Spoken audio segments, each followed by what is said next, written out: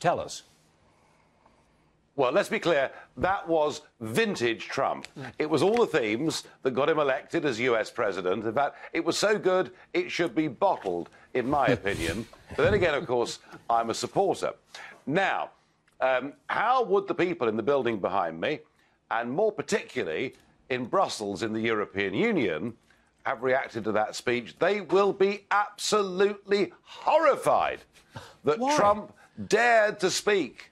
Well, because he dared to speak about the nation state being the building block for humanity. He dared to speak about the concept of culture within a nation and the need to protect it. He even committed the heresy at the United Nations of saying that mass migration was bad for both the receiver and for the donor country. So on all of those levels, you know, the EU crowd, the Blairites in London, the Clintonites in America would all be horrified. Yeah, but I absolutely loved it. Yeah, but Nigel, you're referring to the elites and how they would react to this speech. Look, Britain is still in a terror mindset. It barely recovered from that terror attack in London. And here's President Trump saying, we're going to root out those who finance terror. We're going to crush the loser terrorists. I would have thought that ordinary people in Britain would very much support that kind of thing. Oh, I think you're on the money with that comment. I think, once again, this shows the gulf between the sort of PC political set we have in Britain and Europe and ordinary people. And do you know what? You know, as you say, we've had repeated terrorist attacks. One that happened here in London last week that mercifully wasn't as bad as it might have been.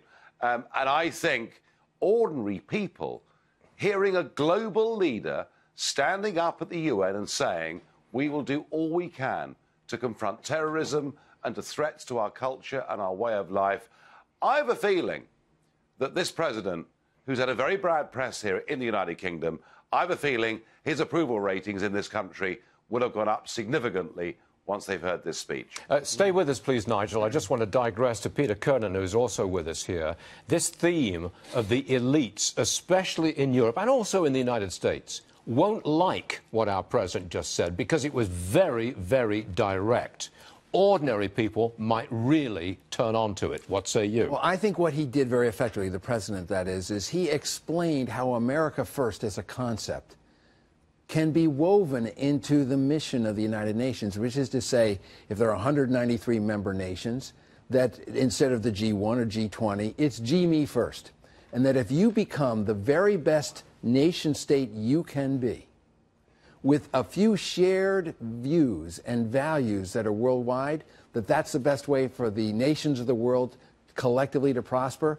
I think there are a lot of people who are going to be positively impressed by that.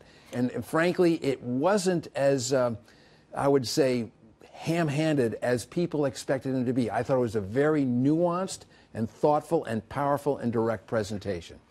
Nigel, I'm just reading here the headline from the Washington Post that they've just come out with. It says, Trump threatens to destroy North Korea, calls Kim Rocket Man. And then you've got the New York Times, which leads with Trump in UN speech threatens to totally destroy North Korea. So that's what the elites over here are picking on. I'm pretty sure it's going to be exactly the same thing in Europe. It's going to be judged as inflammatory. I think that's what they're going to say over there. Yeah, I mean, Rocket Man, he's been criticised for saying Rocket Man, and people are kind of doing rehashes of the Elton John song Rocket Man already. Yeah, I mean, people will focus on, you know, Rocket Man's on a suicide mission because they're not used to people speaking in such diplomatic language. Look, what he was saying was North Korea threatens the Western world's values. We will not stand idly by and allow them to destroy us. And whether it's the defeat of ISIS or whether it's making sure that Mad Kim does not get weapons to threaten us all, I think what this president has done is to show everybody that actually Make America Great Again is not just something for the USA, it's a concept we can all embrace. Nigel Farage, always a pleasure. Thank you very much for joining us, sir. We do appreciate it. Thank you. You didn't, frankly, have the balls to put country before party.